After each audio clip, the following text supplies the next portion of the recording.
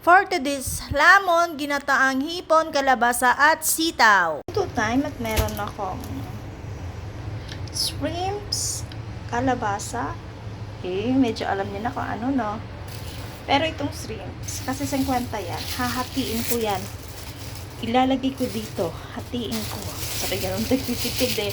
So, kalahati lang yung ilalagay ko at ako lang mag-isang kakain.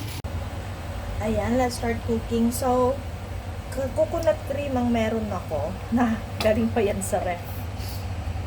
Dapat para to sa tulingan.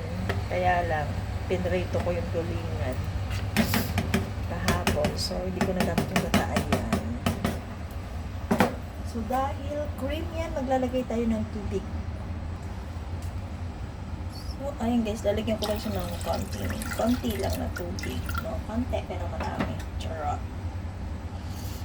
Lalagay ko na rin yung ano ba tawag na? Bawang at sibuyas. So, hintayin ko lang siyang kumulo bago ko ilalagay yung mga sangkap. Guys, kumukulo na yung gata natin. So, ilalagay ko na tong sitaw at kalabasa.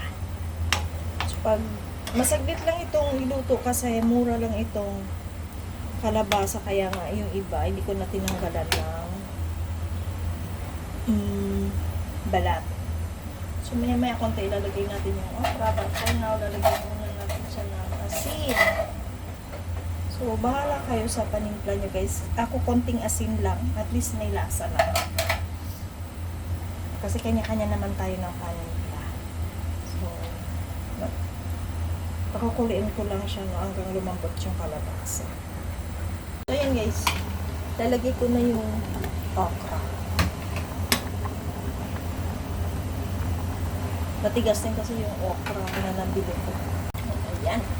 It's time to put our hipon. So, kinuhuli ko yung hipon kasi madali lang siyang maluto.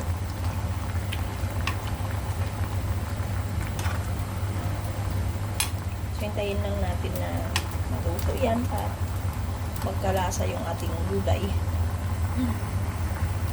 Marami pong nagluluto na inuuna nila yung hipon, kaya lang matigas yung balat kapag ano na yung hipon, matagal nang nailuto. So, dito sa Hong Kong, mabilis na nila niluluto ang kanilang mga hipon para madali tanggalin yung balat. Ayan, lapit na siyang maluto guys. So, nagdagdag lang ako dito ng paminta.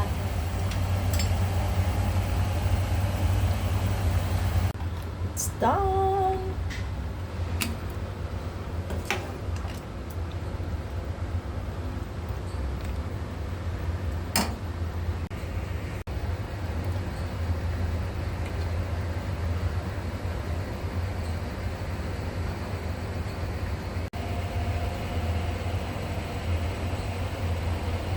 Tara guys, let's eat. So again, kasama ko si Among kakain. Papakita ko lang sa inyo kung gaano kadaming kakain ko. Char! Bye! Thanks for watching!